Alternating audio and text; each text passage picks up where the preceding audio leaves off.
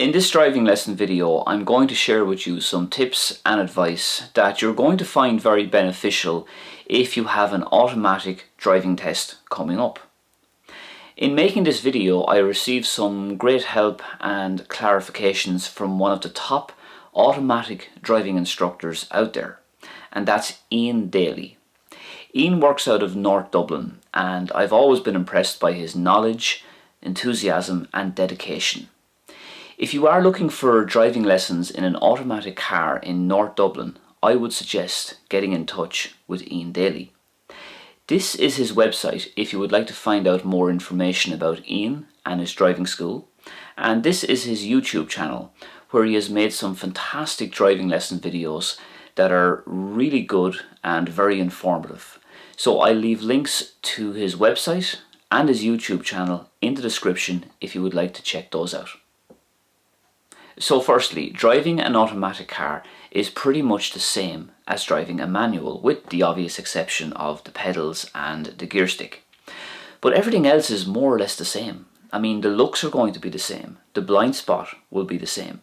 You still have to read the road ahead, and you still have to yield to other traffic and pedestrians where required. So with that in mind, let's talk about the handbrake. You should still use the handbrake in an automatic car if you were stopped on a hill, if you were stopped at traffic lights, or if you were stopped for a period longer than 4 or 5 seconds. This is because using the handbrake offers you extra security in your car. Now, the exception to this is on some of the more modern, higher spec cars that have the auto hold function as part of their overall engineering. Remember folks, automatic cars do roll back from time to time. They're not immune from this hazard. I was giving lessons to a girl a couple of months ago in a little automatic car, and whenever she stopped on a hill, the car would more often than not roll back about 12 or 13 inches, maybe a foot and a half, depending on the hill. And it was very noticeable, and that's why I would say that you should still use the handbrake in an automatic car in the same way as you would in a manual. I remember talking to a senior driving examiner a couple of years ago, and I was asking him some advice on doing lessons and about the driving test in an automatic car.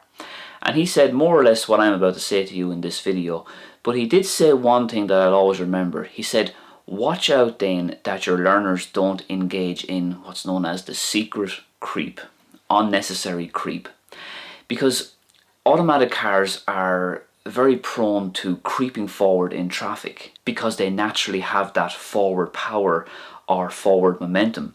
So if you're in a queue of traffic, like at lights or something like that, make sure that you either have your foot brake firmly pressed or you have your handbrake up, because you don't want to let the car creep forward unnecessarily.